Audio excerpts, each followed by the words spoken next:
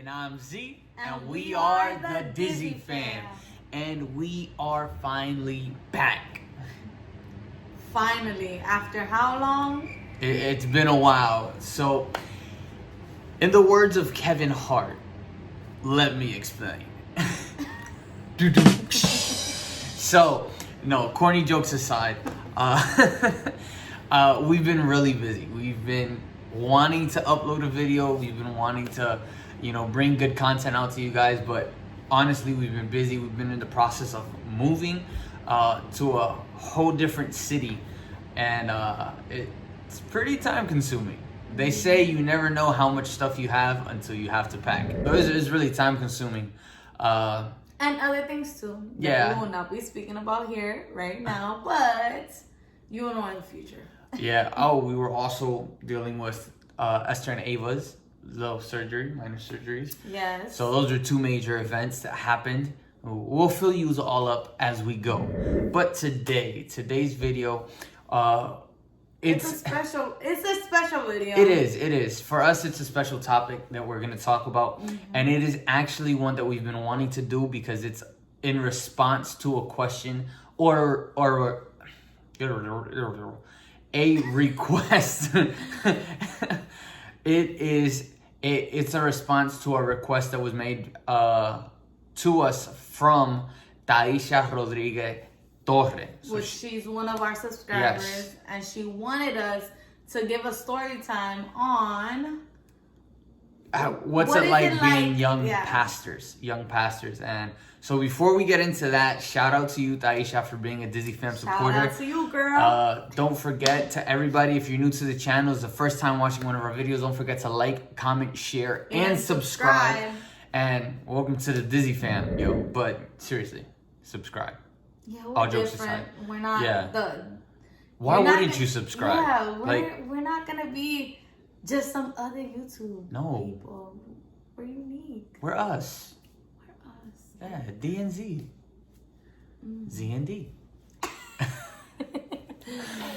So, what is it like being young pastors? Whew. While we tell the story, I hope you got your popcorn ready. We got our ice cream ready. Cause sometimes this is a very personal story time. So sometimes we gotta calm down. We just take a bite at the ice cream cone. So get your popcorn ready. Get your tea ready. We're gonna talk very personal here. We're gonna get very personal in this video because we want to be as authentic and genuine as possible, transparent as possible, without faulting in our integrity. So there's a fine line, but we're gonna manage to do them both. So before we get into it in depth, I want to go to the backstory. So since I was a kid, I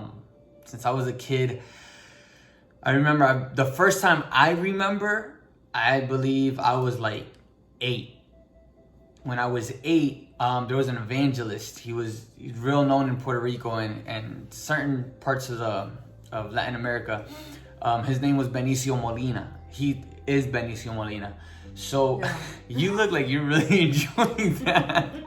I am. Like I'm just holding mine, talking, dying to eat it, but I have to break into the story time. At the age of 8, he was actually preaching in a revival at my parents' church. My parents are pastors, for those of you who don't know. And in that revival, I remember it was one of the first times he had came, and he grabbed oil, like anointing oil, and he told the pastors, my parents, I don't know who this kid is, but I want you to make a certificate of minister for him right now. Like, I want to anoint him as a minister right now. So I've had a minister's certificate since I was 8 years old, without even knowing what it was. I just remember after the service, I thought I was so cool because I was like, oh, look, I got a minister's license. Oh, ministers. I thought I had no clue what I was doing, what just happened, what went on. All I know is he called me to the front. He told me God has chosen me and selected me to be a pastor, and he anointed me. Fast forward years down, I was 12 at the time, And now another evangelist was there, and God used him to confirm what was spoken to me at a younger age. That day, when I was 12, I was baptized in the Holy Spirit. God was making, steps to take me towards his will. Nonetheless, at 12, I backslide. But that's for another story time. For many reasons, personal things, I decided to backslide. And but at the age of 16 now, I'm trying to, get back good with God and get right with God. He's nervous if you haven't been able to tell. He's just been wanting to eat that ice cream. Yeah, but we'll let him chew right now.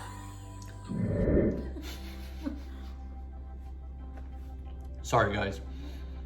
But, so at the age of 16, God starts working with me again.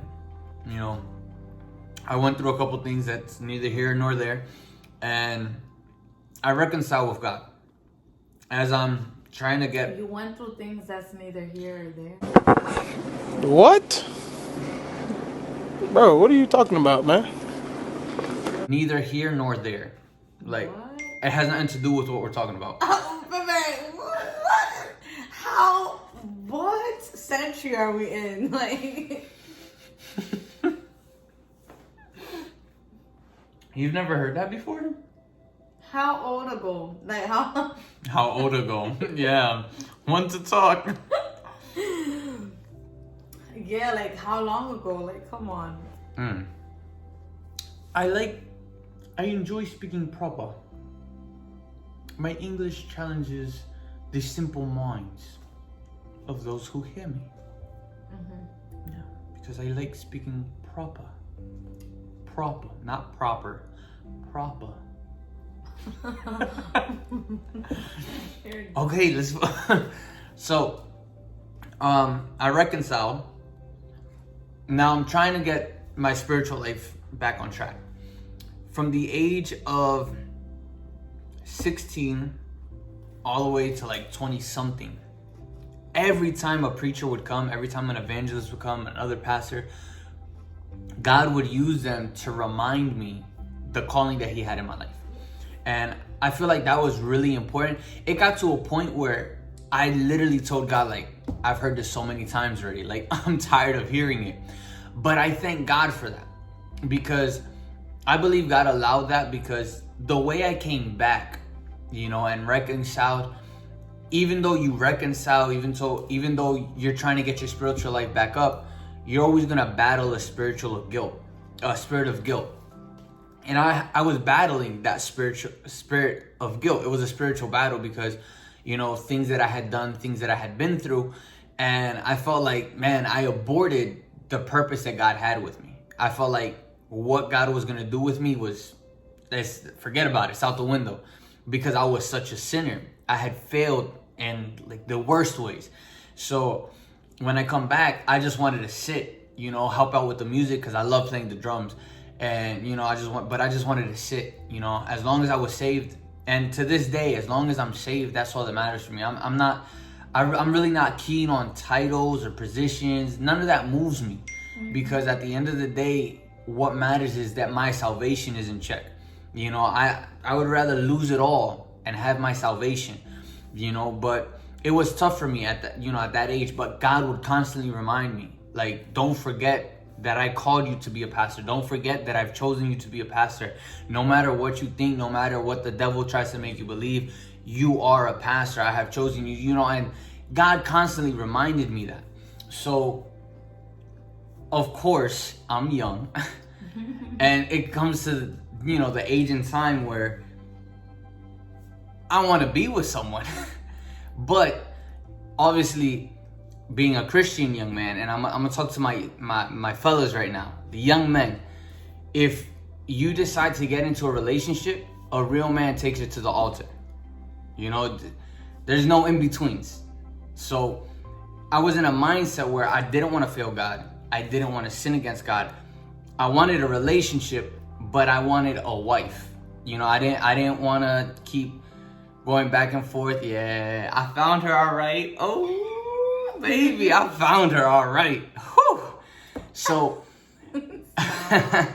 so what happens was she wasn't in church at the time. She wasn't, but she was my best friend since middle school. So I actually seen her one day. I was coming out of work, and it was like in downtown basically, and she was coming out of a store, and I didn't know if it was her or not. But long story short, it was her. I invited her to church. She started going to church. She started, you know, God really started working with her at a rapid rate, like just working with her. And she could talk a little more about that. But I remember I liked her. I liked her a lot. But, you know, I always told myself the person that I'm gonna be with is gonna be able to see themselves being a first lady, you know, being a pastora, because I don't believe that if God called me to be a pastor, God just called her to be the pastor's wife. I don't really believe in that. I respect everybody that does, you know, and I mean no disrespect by it, but I believe I had a ministry before I got married, but the moment I got married, my ministry became our ministry. So that's the way I see it. God gave me a compliment. He didn't give me a cheerleader, gave me a compliment. So that's, I'm about to preach right now because I'm really fervent with that, you know, because I know a lot of, it's just the times we're living in is dangerous to kind of expose yourself to not have your significant other helping you out in ministry. So that was always like at the forefront of my mind. And I remember in a vigilia, in a vigil, oh man, God spoke to her. And that was Spanglish is this? Listen, anytime you're talking about church stuff, it has to be Spanglish. Like, what you about to do? I'm about to go to the culto. I'm about to go to la iglesia. Hey, mommy, you got $1 for the ofrenda? Like, come on. It has to be Spanglish. True. If not, it just doesn't make not real, sense. yeah. So, here you go. wow. Oh, am I supposed to eat this? Yeah, you can eat it. Okay, thank you. Yeah, she was about to complain, so. No, I wasn't. I'm just saying, like, you're giving it to me. I don't want to be rude and eat it, you know? Nah, you can eat it, baby. So in this vigil, I remember there was a pastor she was a pastora from Puerto Rico. Before that, here you go. Okay. I'm gonna let her talk. Oh, Jesus. No. So, like he mentioned before, do I have anything to say? Right there. As he mentioned before, God was working with me like fast, you know, like I was going through so much before I came to Christ, and like I feel like I know that God allowed those processes in my life so that I could come to him. You know, once I gave my life to him and accepted him as my only savior, then everything from there just started going uphill. Like, no matter how ugly it got, like, the best part of it was that I had God in my heart. And, like, that connection, like, it's just, like, as long as I had God, I didn't care what I was going through. You know, I can't lie to you. Like, obviously, there was moments where I was, you know, I would want to, like, just leave everything and give up, you know, but humanly, of course. But I knew that without God, I am no one. And I felt like I knew that God was calling me to something so much deeper. You know, like I felt in my heart that God had a special plan with me. As I got closer to God, there was a moment where I felt in my heart to ask God, what is it that you have with me? You know, and little by little, God confirmed it to me 3 times. The first time that God confirmed what he had with me was just it seemed like nothing. I was going to school, and I always attended this class. It was a business class, and there was a kid there that sat next to me. He never talked to me, but out of nowhere, this kid started making fun of me, but not in a mean way. Like, he was just like, "Hey, pastora." Yeah, you're right. It wouldn't make sense if exactly. I said Like, how do you say pastora in English? I don't know. First lady is like the president's wife. That's the first lady. first lady of the church, but not everybody understands that terminology. So when you say pastora, yeah, pastora. So he said, "Hey, I'm gonna call you pastora from now on." And I was like, "Why?" And I'm super quiet. I'm a quiet person. I observe. That's just me. That's the way I am. does she? That's the way I am. And I asked him, like, why? And he said, "I don't know. You just look like a pastora to me." And I was like, whatever. And I sat down, him not knowing anything. In my heart, I was like, oh God, like, I know where you're going with this. In those moments, like, when I first came to church, I didn't like him. We were good friends. Like, he liked me. He's just still upset that I didn't like him. But look at us now. I'm honest. I liked her. I'm really honest liked her. too. I didn't like him. I didn't like him. But a long story short, I started developing feelings for him. You already know from the story time before. So yeah, where was I? You didn't have feelings for me. I didn't have feelings for him, but it wasn't the moment for it. Let's just put it like that. And that was the first confirmation. Just the first one. Even if he was joking, sometimes people do things without knowing the reason behind it, but I knew the reason behind it because I felt it in my heart. Now, the second time was, I was talking to one of my aunts, and she said something like, pastora. And mind you, no one jokes like that. Like, at least I'm not old, but back then, a couple years ago, like, no one played around like that. Like, those were that was something serious and is something serious. Like, even if many people take it as a joke right now, like, those are strong, those are strong titles, and those are things that have a lot of value in them because they come from God, and I was like, no, like, I'm not that. Don't call me that. I told her, don't call me that. I'm just, I just go to church and I serve God genuinely. Like, I don't like being shady. If I live my life like this at home, I want to live my life outside of home the way I live inside home too. I want to have a transparent life. Now, the third time is the time that he sang, in the vigil. In the vigil, the pastora, God glorified himself in the whole service. But at the end of the service, she was already about to start praying. Well, she was praying to conclude her message. She was about to, she was about to give the part. Yeah, she was about to give the part to the pastor. But I felt a fire burning in my heart. And I felt God speak to me, and tell me, I'm not done with you just yet.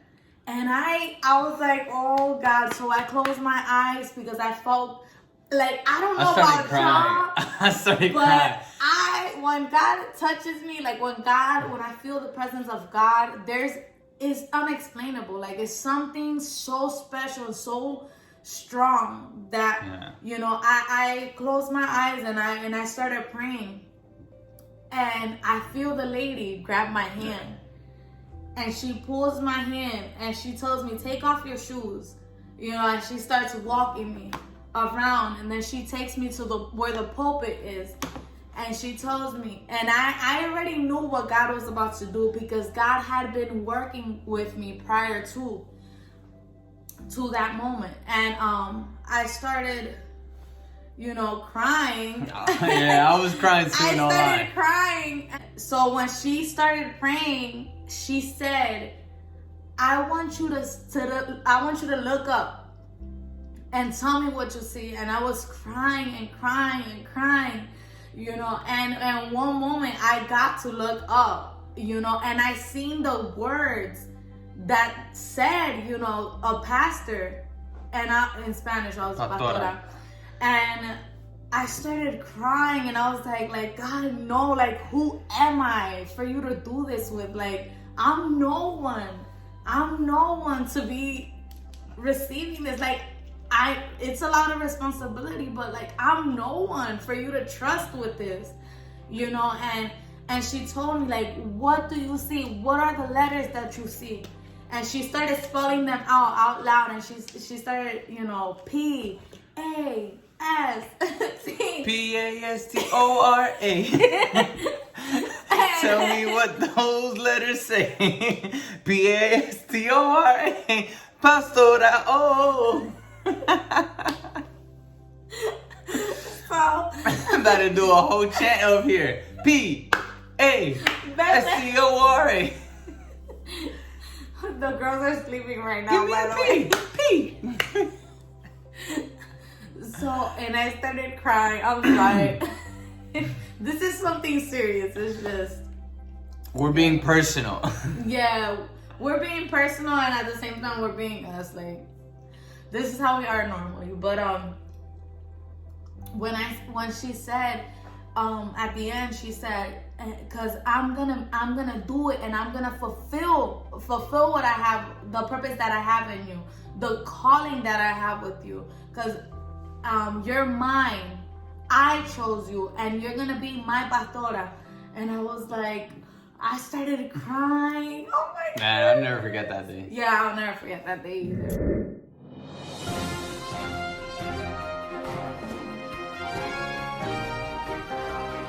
To close out this video, and there's gonna be a part 2 to this because this was extremely longer than expected, but we hope you enjoyed it.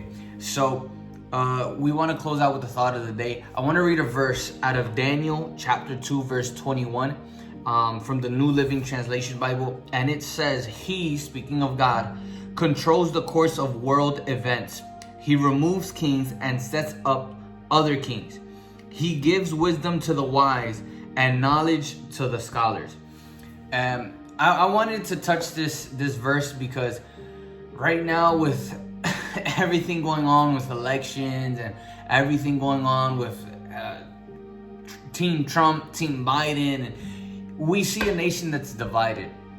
And it's worse when even the church becomes divided as well. There's a lot of people rooting for Biden, a lot of people rooting for Trump, a lot of people upset because Biden got elected, a lot of people upset because they're claiming fraud. I just want to encourage you all to understand one thing.